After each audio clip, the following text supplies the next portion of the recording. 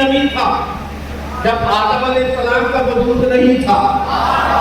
یہ ظالم لوگ کہا کرتے ہیں کہ 40 سال کے بعد میرے آقا کی نبوت ملی. ارے میرے آقا کی نبوت تو لاکھوں ہزاروں کروڑوں سال پہلے کی ہے. اظہار نبوت کا اعلان 40 سال کے بعد سرکار نے کیا ہے. جب اللہ کا حکم ہوا اے محبوب کب تک چھپے رہو گے, کب تک چھپے رہو گے, اپنے اعلان کر دو. جبریل کو بھیج دیا اقرا. سب سے پہلے نبی کون؟ ارے محمد جی بولو بھائی. حضرت آدم علیہ السلام. اور سب سے آخری نبی کون؟ ہمارے آقا. اب آپ نے جواب صحیح نہیں دیا. سب سے پہلا نبی کون؟ ہمارے آقا. سبحان اللہ. هو الاول والآخر. سب سے پہلا نبی کون؟ جلدی جلدی بولو. اور سب سے آخری نبی کون؟ ہمارے آقا. اب لوگوں نے کہنا شروع کیا کہ اللہ تبارک و تعالیٰ کے اتنے محبوب ہیں, اتنے پیارے ہیں, تو اللہ نے پہلے کیوں نہیں بھیج دیا, آخر میں کیوں بھیجا, آخر میں کیوں بھیجا. میلاد النبی کا جلوس حضرت کا پورو نبی بہت شاندار نکلنے لگا. آپ لوگ قابل مبارکباد. جلوس چلا جا رہا, آگے آگے ہارون رشیدی صاحب, پیچھے پیچھے مولانا جیلان صاحب. حکم ہوا پلٹ جاؤ, حکم ہوا پلٹ جاؤ.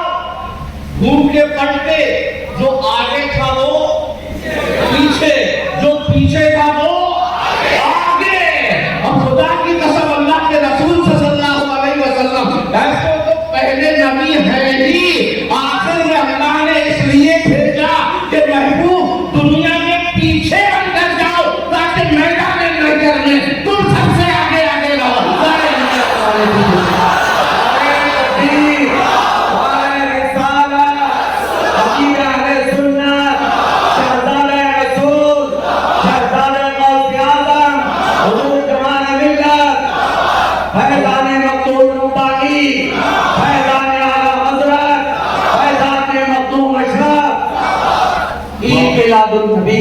مولانا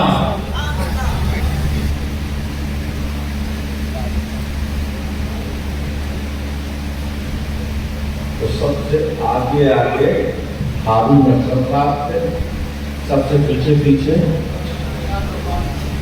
مولانا جیلان تھے. حکم ہوا پلٹ جاؤ ایسے. تو اب سب سے پیچھے آنے والا سب سے آگے آ گیا. میدان محشر میں یہ جلوہ ہم اور آپ سب دیکھیں گے انشاءاللہ تعالیٰ. اب مولانا حسن رضا تو کہتے ہیں فقط اتنا سبب ہے ایک آگے بدل محشر کا کہ ان کی شان محبوبی دکھائی جانے والی ہے. دماغ اور حمد ہوگا ہمارے آقا پر. آدم علیہ السلام پیچھے, نوح علیہ السلام پیچھے, اسماعیل علیہ السلام پیچھے, ابراہیم علیہ السلام پیچھے. سب سے پہلے شفاعت کا دروازہ کون کھولے گا؟ سب سے پیچھے آنے والا. اور اللہ تبارک و تعالیٰ نے یہ جلوہ معراج کی رات بھی دکھا دیا. مسجد اقصیٰ کو یاد کرو. مسجد اقصیٰ میں امامت ہوئی. کس نے امامت کی؟ ہمارے آقا نے. حالانکہ سب سے پیچھے آدم علیہ السلام کو امامت کرنا چاہیے, ابراہیم علیہ السلام کو امامت کرنا چاہیے, لیکن اللہ نے فرمایا, اللہ تبارک و تعالیٰ نے حکم دیا, اے جبرائیل آدم نبی ہے, صرف جو نبی ہوگا وہ امام نہیں بنے گا. ابراہیم رسول ہے, جو صرف رسول ہوگا وہ آگے امام نہیں بنے گا. جو رسولوں کا رسول ہوگا اس کو امامت کے لیے آگے بڑھاؤ. سارے نبی کی امتیں اپنے اپنے نبیوں کا کلمہ پڑھتی رہی, مگر سارے نبی ہمارے آقا کا کلمہ پڑھتے ہیں.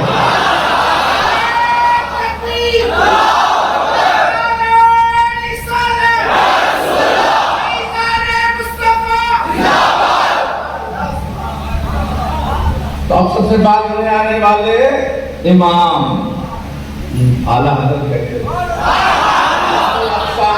یہی شعر آیا ہو معنی یہ اول آخر، یہ اول آخر کا معنی آیا ہو رہا ہے۔ نماز یکساں میں یہی شعر آیا ہو معنی یہ اول آخر کہ دست بستہ ہے پیچھے حاضر جو سلطنت پہلے کر گئے تھے، کہ دست بستہ ہے پیچھے حاضر جو سلطنت پہلے کر گئے تھے۔ تو بعد میں آنے کا مقصد سمجھ میں آ گیا، پیچھے آنے کا مقصد سمجھ میں آ گیا۔ گنتی آپ کو آتی ہے تو دوران وقت کی ہے نا، تو گنتی آپ کو آتی ہے۔ آپ جب 10 میں 10 پہلا آتا ہے کہ ایک پہلا آتا ہے؟ بولو ایک پہلا آتا ہے، پہلا آیا جب دوسرا آیا تو ایک اس میں بھی شامل، اور جب سب سے آخر میں 10واں آیا، جب سب سے آخر میں 10واں آیا پورے 9 اس میں شامل، 1 2 3 4 5 6 7 8 9 10 میں 10 سب شامل۔ آج میں نے جو آیت پڑھی ہے سبحان اللہ، سارے انبیاء و مرسلین معجزے لے کر کے آئے، سارے انبیاء و مرسلین معجزے لے کر کے آئے، ہمارے آقا معجزہ بن کر کے آئے۔ اب ہمارے آقا اگر آنکھوں سے کھول کے آنکھیں دیکھ لیں وہ معجزہ، اگر ہمارے آقا نیچے دیکھیں تو معجزہ، اوپر دیکھیں تو معجزہ، یہاں دیکھیں تو معجزہ، وہاں دیکھیں تو معجزہ، ہر طرف معجزہ۔ سارے نبی آئے معجزے لے کر کے آئے، میرے آقا معجزہ بن کر کے آئے۔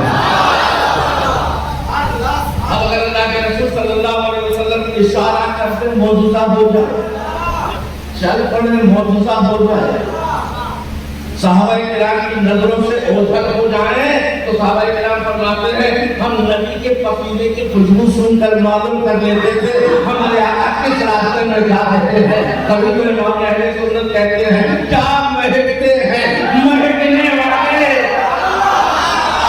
کیا مہکتے ہیں مہکنے والے، عجیب دھوپ پہ چلتے ہیں بھٹکنے والے،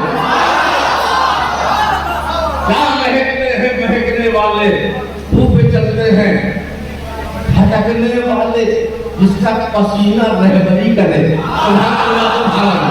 جس کا پسینہ رہبری کرے، اس کی رہبری ہماری تمہاری نہیں، ہمارے آقا صحابہ کرام کی رہبری کرے، اور جس کا پسینہ صحابہ کی رہبری کرے، اس ذات مبارک کا کیا عالم ہوگا۔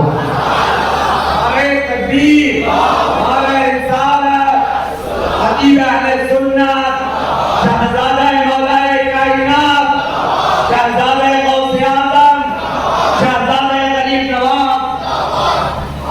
اب سب سے آخر میں ہمارے آقا آئے، سب سے آخر میں ہمارے آقا آئے، آخر میں آنا عیب نہیں ہے، سب کی پشت پناہی کرتے ہوئے آئے۔ بزرگ لوگ جو ہے نا بچوں کو آگے کرتے ہیں، بیٹا آگے دیکھو پیچھے ہم ہیں، آگے دیکھو پیچھے ہم ہیں۔ سرکار ہمارے آخر میں آئے، سارے انبیاء و مرسلین کی پشت پناہی کرتے ہوئے آئے۔ اب آدم علیہ السلام کے اندر جو کمال ہے 10 میں شامل ہے، 1 نمبر 10 میں شامل ہے۔ آگے آپ ہماری لینگویج نہیں، 1 سے لے کر 10، اب جس طریقے سے 10 میں 1 سے لے کر 9 تک گنتیاں شامل ہیں، اسی طریقے سے 1,24,000 کم و بیش انبیاء و مرسلین کو جو اللہ تبارک و تعالیٰ نے کمالات اور معجزات عطا فرمائے ہیں، وہ سب کے سب ہمارے نبی آخر الزمان جناب محمد رسول اللہ صلی اللہ علیہ وسلم شامل۔ معجزات گننے کی ضرورت نہیں، میرے آقا اگر آنکھیں بند کر لے تو معجزہ ہو جائے، میرے آقا اگر آنکھیں کھول دے تو معجزہ ہو جائے، کھڑے ہو جائے تو معجزہ کوئی معجزہ اگر اللہ کے رسول صلی اللہ تعالیٰ علیہ وسلم اگر سارے معجزات ایسا نہیں ہے سرکاری گورنمنٹ کے صرف جس میں خاص میں معجزات جس میں خاص میں جب تک کوئی چیز رہی وہ تو معجزہ ہے ہی جو جس میں پاک سے الگ ہو گئی جو چیز وہ بھی معجزہ بن گئی ہم آپ ڈھونڈتے ہیں دھوپ ہمارا دماغ میں نکل کر سڑک پہ جا کے پڑ جاتا اس کی کوئی عزت رکھتا گورنمنٹ لکھتی ہے کہ ہم تھوکنا منع ہے ہمارے تھوک سے بیماریاں پھیلتی ہیں لیکن قربان جاؤ اللہ کے رسول صلی اللہ علیہ وسلم کے لعاب دہن پر کہ جب تک زبان مبارک میں ہے منہ میں ہے جب تک تو معجزہ ہے ہی لیکن سرکار اگر اس کو اپنے ہاتھوں میں لے کر مولا علی کی آنکھوں میں لگاتے ہیں آنکھیں زیادہ پسینے افروز ہو جائے اگر وہی لعاب دہن سرکار دو عالم صلی اللہ علیہ وسلم قطادہ کی آنکھوں میں لگاتے تو نکلی ہوئی آنکھ پٹ ہو جائے اگر وہی لعاب دہن اللہ کے رسول صلی اللہ علیہ وسلم کھاری کنویں میں ڈالتے وہ کھاری کنویں کا پانی میٹھا ہو جائے اور ایسا میٹھا ہو جائے کہ اللہ کا تبارک و تعالیٰ کہ حبیب و محبوب صلی اللہ علیہ وسلم کہ لعاب دہن کی برکت سے وہ کنواں اب دنیا کا کنواں نہیں رہ جاتا جنتی کنواں بن جائے گا میری تقریر یہاں پر مکمل ہو گئی پھر ایک